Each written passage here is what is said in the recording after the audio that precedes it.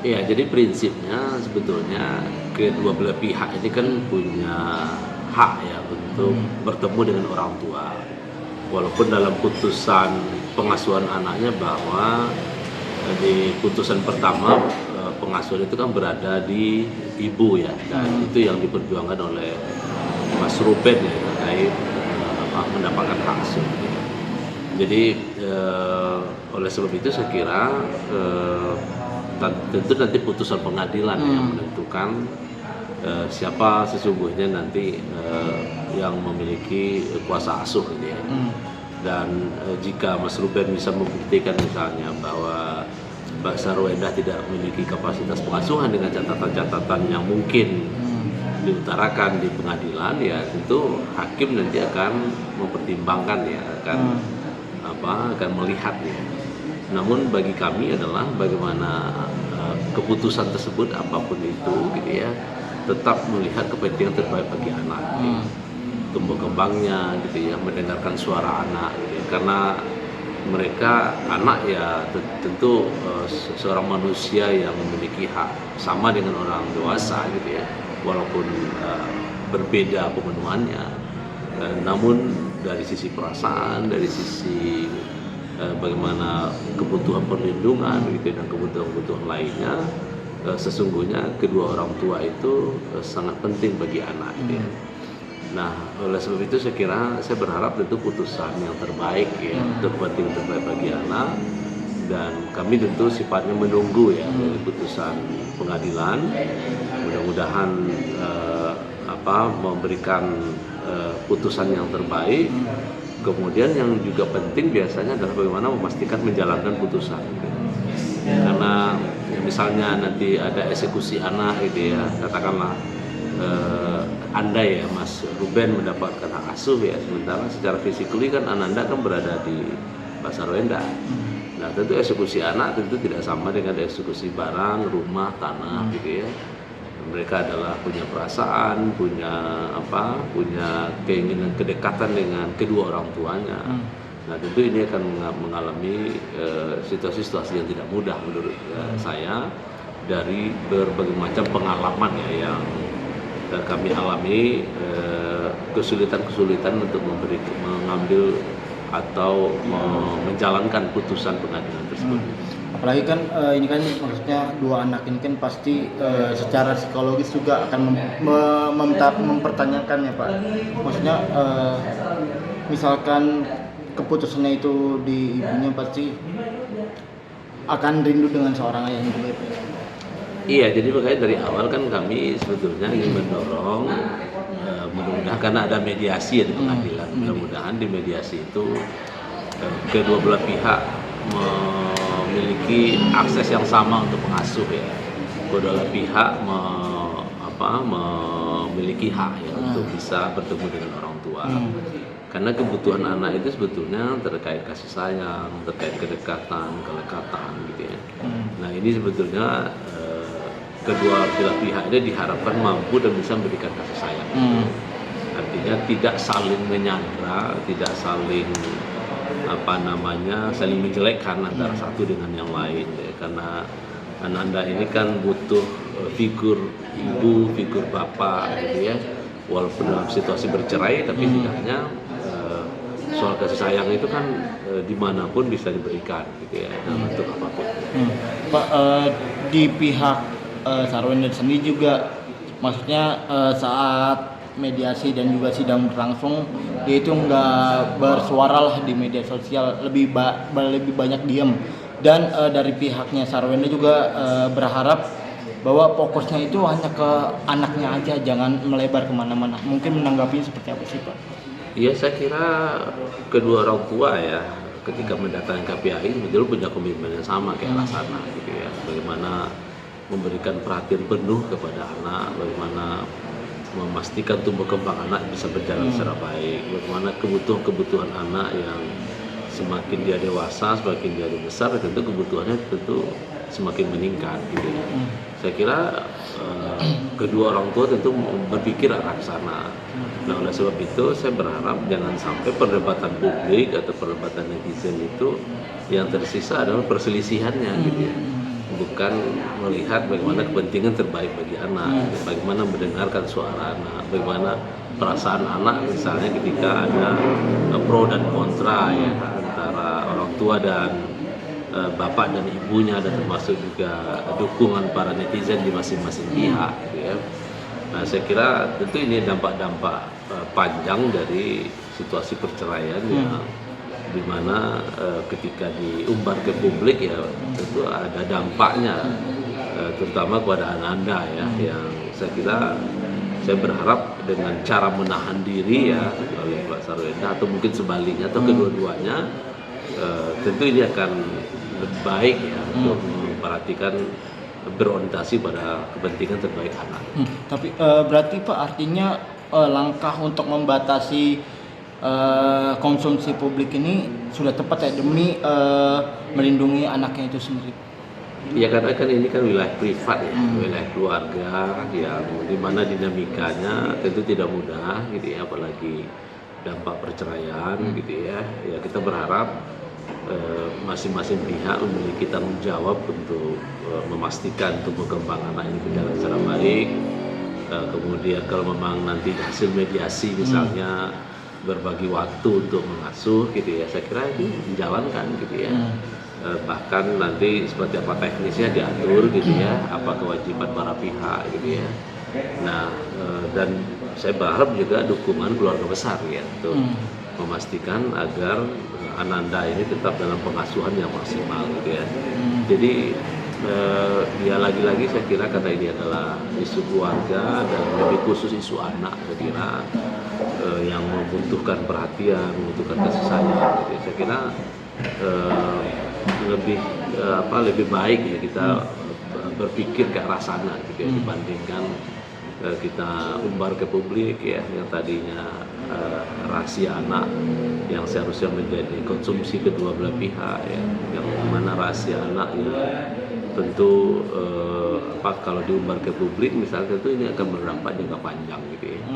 Nah, oleh sebab itu saya mohon sekali lagi ya baik Mas Ruben maupun Pak Sarwenda ya, yuk kembali melihat buah hati mereka gitu ya, karena secara fakta ya tidak bisa dihindari ini adalah hasil pasangan yang walaupun sudah bercerai ya, tapi ya tadi tidak ada istilahnya mantan anak gitu ya, walaupun ada istilah mantan istri atau mantan suami. Pak, kalau dilihat dari rangkaian peristiwanya Pak, mulai dari pihak Ruben juga jarang ketemu dengan anaknya, dan juga ada dugaan eksploitasi anak dan lain-lain. Mungkin kalau dari Bapak sendiri melihat untuk perkara ini tuh siapa sih yang akan mendapatkan hak asuh anak itu? Iya, di awal kan Mbak Sarwenda ya putusan pengadilannya, ini kan Mas Ruben lagi berjuang untuk mendapatkan putusan itu. Di keputusan MK yang terbaru itu menyebutkan memang anak di bawah usia 12 tahun otomatis pengasuhan itu kan berada di ibu, kecuali ada catatan beberapa hal ya. Satu, dari hasil penelitian, dari hasil asesmen misalnya ibu tidak cakap mengasuh gitu, tidak mampu mengasuh. Ya tentu ketidakmampuan itu misalnya dia mengalami tindak pidana gitu ya, atau diduga melakukan eksploitasi terhadap anak yang itu bisa berujung kepada pemidanaan gitu ya. Atau dia adalah seorang ibu yang tidak ada waktu atau mabuk dan seterusnya gitu. Itu bisa membatalkan ya, atau beralihnya hak asuh seorang anak ke katakanlah ke bapaknya gitu ya. Nah, sepanjang itu tidak bisa dibuktikan di pengadilan ya tentu agak sulit pembuktian apa lagi gitu ya. Nah, oleh sebab itu kami tentu menghormati proses yang sedang berjalan di pengadilan. Kami berharap apapun itu keputusannya tetap kepentingan terbaik bagi anak menjadi perhatian utama terkait tumbuh kembang, mendengarkan suara anak, partisipasi anak ya. Dan termasuk hak lain ya ke depannya, atas pendidikan, kesehatan ya. Dan termasuk juga bagaimana memberikan kasih sayang ke dua orang tuanya. Nah, Pak, ini kan juga netizen dan juga beberapa masyarakat sangat mendukung sekali langkah yang diambil oleh pihak Ruben sendiri.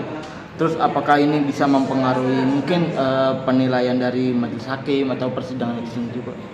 Ya saya kira biasanya majelis hakim itu pasti berbasis bukti ya, yang tadi pengasuhan itu dapat bisa beralih ya, misalnya kalau ibu mengalami tindak pidana, kalau ibu tidak cakap mengasuh, mabuk-mabukan gitu ya, kalau ibu melakukan kekerasan terhadap anak. Nah ini kan butuh pembuktian. Misalnya kalau memang itu ada dugaan pidananya ya dilaporkan ke kepolisian. Kalau nanti dalam pelaporan kemudian tersangka dan seterusnya diproses ya mungkin ini menjadi alat bukti ya bagi hakim gitu ya, untuk mempertimbangkan terkait putusan kuasa asuhnya gitu ya. Tapi sepanjang itu belum ada ya tentu agak sulit ya, karena ada putusan MK yang sudah inkrah ya, karena anak di bawah 12 tahun itu diasuh oleh ibunya gitu ya, sepanjang tidak ada hambatan-hambatan lain. Pak, seandainya Pak misalkan majelis hakim menentukan bahwa hak asuh anak ini resmi ke ibunya atau ke pihak Sarwenda, mungkin dari Ruben sendiri, dari Sarwenda sendiri harusnya melakukan apa sih Pak agar dari figur ayahnya itu tidak berkurang Pak? Ya saya kira dalam keluarga yang bercerai itu sebetulnya memberikan kesempatan sama-sama mengasuh dengan waktu yang berbeda. Itu sebetulnya idealnya. Katakanlah dalam 7 hari itu 4 hari berada sama siapa, 3 hari dengan siapa gitu ya.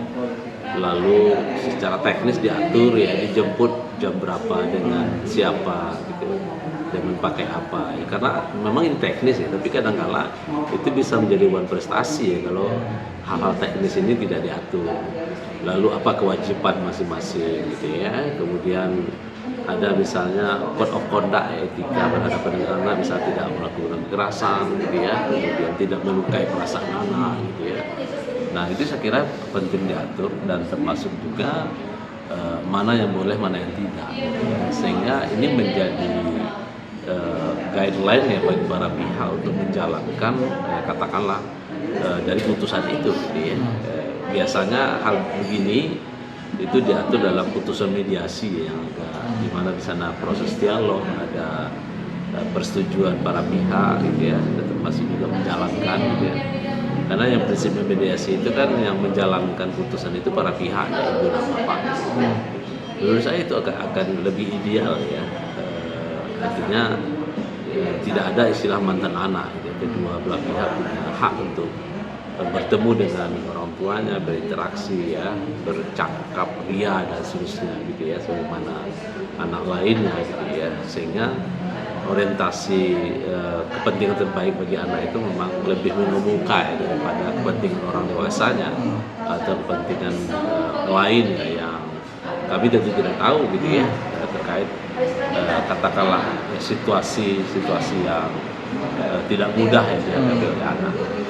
Pak, pihak Ruben juga memposting, salah satu postingannya itu menyebutkan bahwa co-parenting, bahwa dia itu menyebutkan udahlah egonya dibuang demi bekerja sama untuk membangun pola asuh anak yang benar Pak. Itu dari Bapak sendiri setuju sih Pak dengan terkait statement tersebut Pak?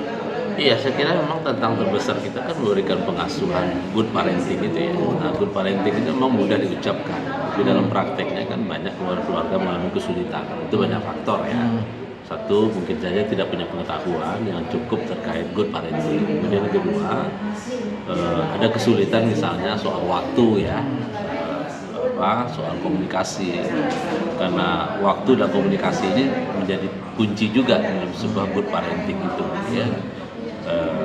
Waktu yang cukup, waktu yang berkualitas gitu ya, interaksi yang genuine ya, bukan dibuat-buat gitu ya. Karena Ananda itu kan punya perasaan ya. Dia tahu betul ya bagaimana perasaan yang itu tulus dan seterusnya gitu ya. Nah, hal yang lain biasanya tantangan good parenting itu adalah komitmen para pihak. Mungkin pengetahuan oke, skill oke, tapi konsistensinya tidak dijalankan. Ya.